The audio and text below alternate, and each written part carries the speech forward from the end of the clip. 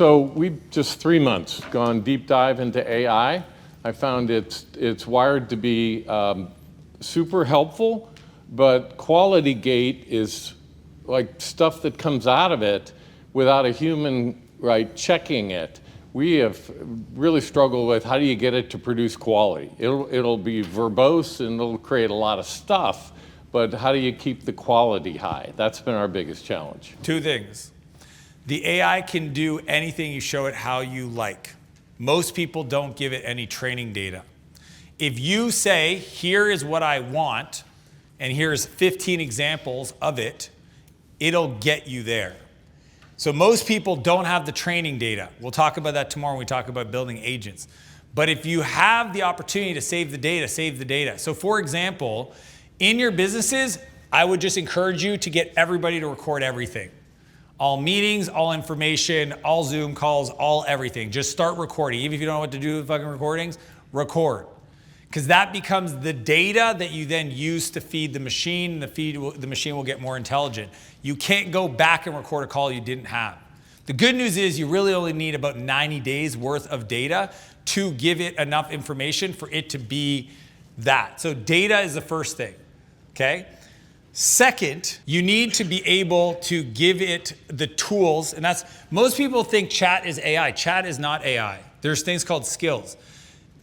AI is non-deterministic, meaning that it makes assumptions about an output. Some things can't be AI because they need to be accurate, like your taxes. Okay, try to explain to the IRS that fucking AI did your taxes and it's not your fault. Does that make sense? Okay, so if there's certain things that require data, then what you do is a tool call from the AI to the tool, and then you can even do a thing where you say, check your work. Check your work. Most people don't know how to prompt it to check its work, to find the data. I've never seen a situation where I had the data to train it, here's what I want it to look like, have the tool call to get the data, to then feed it, to then say check your work to make sure the hallucination doesn't happen.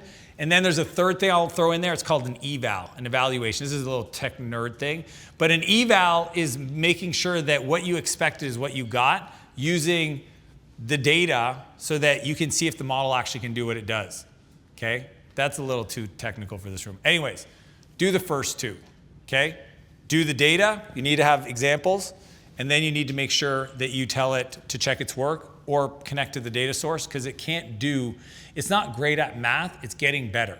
Real quick, you've made it to the end. Let me tell you what I know about you. You're not somebody that's looking to do shelf help. You're not somebody that's just doom scrolling on social media. You're here because you want to build a real business, and you're sick and tired of not getting the real insights to grow inside your business. So I want to help you avoid all the pain trying to figure this out the hard way like I did it. That's why I put together everything I've ever learned into the Scale Workbook. It's the internal document that I use with every founder I work with that turns a chaotic business into a money-making machine. And teaching you all of this without burning more hours. It's totally free. The link is in the description, or you can just scan the QR code on the screen, because I'm here to help you build your empire.